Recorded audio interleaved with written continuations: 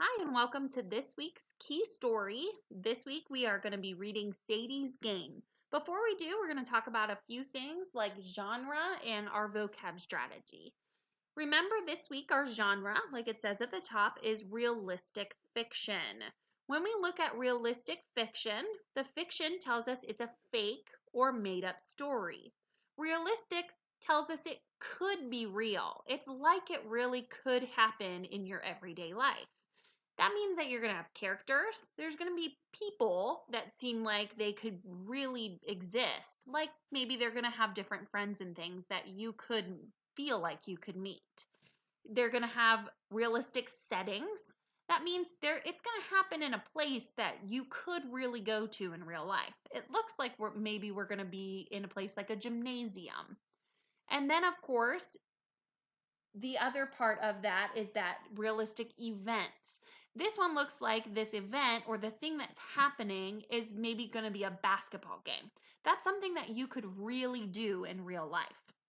The other thing that we're going to be looking for as we go through our story is we're going to be figuring out some of those similes and metaphors. That's our vocab strategy this week. So remember, similes, they compare two things, but they use like or as to compare those things together. And of course, metaphors still compare two things, but they do not use like or as when they compare them. So we're going to get into now reading our story. Sadie's Game. The referee's whistle went off like a shrieking bird. Ooh, we already have, that's right, a simile. We know it's a simile because it uses the word like. It's comparing the referee's whistle and a shrieking bird. Do you hear the sound? The referee's whistle went off like a shrieking bird, signaling Sadie's second foul of the game. It was only the first quarter, and Sadie had already collided twice with another player's wheelchair. Her coach waved her off the court for a substitution as the crowd shouted catcalls and jeered behind her. She had never seen a crowd express such disappointment before. Sadie watched her teammates whirl and spin in front of her. Her emotions were all over the place, and it showed in her basketball playing. If only she and her brother had not argued this morning about the game. What's so important, Richie, that you can't be at the game? Don't I matter anymore? Sadie had asked. You can see in this part of the story how Sadie's really feeling. It really shows her emotions and how she's feeling about her brother not attending her basketball game. You can also see that how the crowd feels when it says they're catcalling and jeering. They're really just being kind of mean and maybe nasty toward her because she's not playing very well in the game. Richie was Sadie's whole world, and they both loved sports, especially basketball. Sadie loved to play before her accident, and it was Richie who had taught her to play again afterward. There had been days when she did not want to get out of bed. He would coax and bully her until she got up. Now, when he says he would bully her, this doesn't mean the mean and nasty kind of bullying. It's a big brother taking care of his sister and really kind of shoving her and just making her into having to do this. He knows that if she doesn't get out of bed and chooses not to, maybe she'll just stay there for a really long time because she's sad about her accident and life being different and her needing to be in a wheelchair. Together, they would roll across the outdoor court, zipping, zooming, passing, and dribbling all day long. But lately, Richie preferred to hang out with his new high school friends. Sadie would watch through the window as Richie polished every little nook of his new car. He was as fussy as a mother cat cleaning her kittens. Oh, what do you see? That's right. It's another simile. We know it's a simile because it uses as. It compares her brother being fussy about his cleaning his car to the way that a mama cat cleans all of her kittens and licks them and gets all the little nooks and crannies of them. When he drove away, Sadie would keep staring out the window, tears clouding her eyes. Mama was her sun. Her arms would reach out and encircle her in a long, warm embrace. Sadie, she would say, your brother loves you. Even though he's got new priorities now, that doesn't mean he doesn't care. But Sadie felt hurt. Now, if you look at that, Mama was her son. What do you see in that? Yeah, that one's a metaphor. We know because it doesn't use like and it doesn't use as. And using my context clues from the next line where I see she would encircle her in that long, warm embrace, it takes Mama and it makes her like the sun. How the sun gives warmth to the earth and makes it grow and come alive. Mama's doing that for Sadie as she feels sad about her brother. She's bringing her back to life and really giving her that warmth that she needs when she's sad. Sadie looked up and saw her coach frowning. She searched sadly for her mother, expecting disappointment in her eyes. But instead, she saw a wide smile. It was the same happy face she saw in portraits of her mother at home. Sadie followed her mother's gaze to find Richie jogging toward her across the gym, holding a purple and white bouquet of flowers wrapped tightly with a ribbon. Richie's eyes sparkled, and his smile gleamed.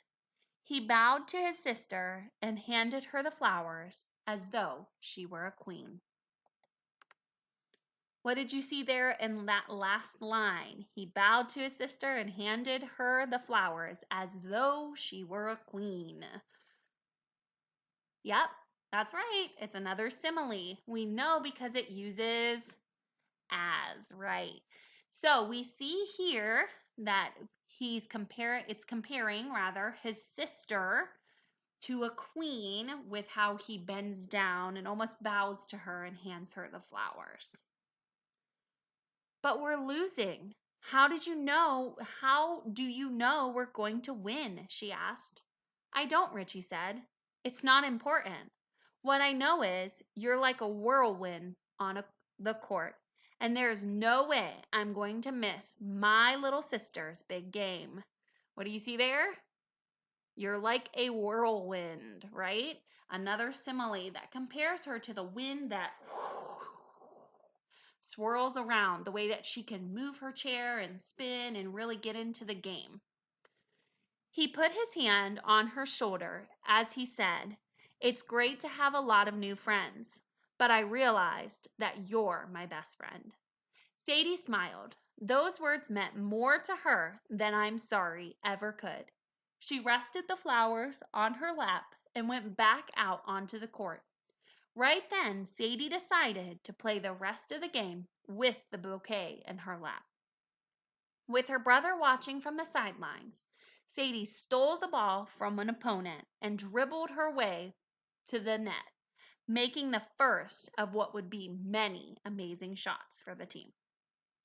So now that your story is finished, the first thing that you have to do is answer the make connection questions. And then you also need to fill in your graphic organizer or your chart. So your make connection questions say, talk about how Richie shows he cares about his little sister Sadie. So you're going to look for the things that Richie does or the things that he says, and you're going to figure out how that shows that he cares about Sadie. And then your next question says, whom do you care about in the same way that Richie cares about Sadie? So who do you care like a brother or a sister or someone in your family or a friend that you care about and you help? Explain how you show your care for those people. Make sure that you answer these using details from the text and that you restate these questions. The last thing that you need to do, and if you're working at home, if you're working at home, write this down in your notebook and then you will take a picture of it and send it to your teachers. If you're working online, you're just going to type it into the document. The other thing you're going to do is you are going to do this graphic organizer. You can see at the top that it says characters. If you're working at home, you're going to do this on notebook paper and you're going to draw yourself these 5 boxes with the arrows. The first one's characters. You're going to tell me who is in this story. The next one is setting. You're going to tell me where it takes place. The next is problem. You're going to tell me what the problem is and how then later the solution, how they solve it. In between the problem and solution, there's going to be some events, some things that happen. You're going to need to tell me what those events are or how that happened. So I'm going to scroll down through this so you can see what the chart looks like. You see characters, setting, problem, event, solution. These arrows show you that those three are all connected together. And then the other arrows on the outside show you that the problem really is connected to the solution. So whatever problem you pick here, you have to make it match the solution. The events that lead up to it have to be all connected together. Okay? Good luck. Remember, your teachers are here to help. Make sure you email us, talk to us, reach out if you need us. We're here to help you.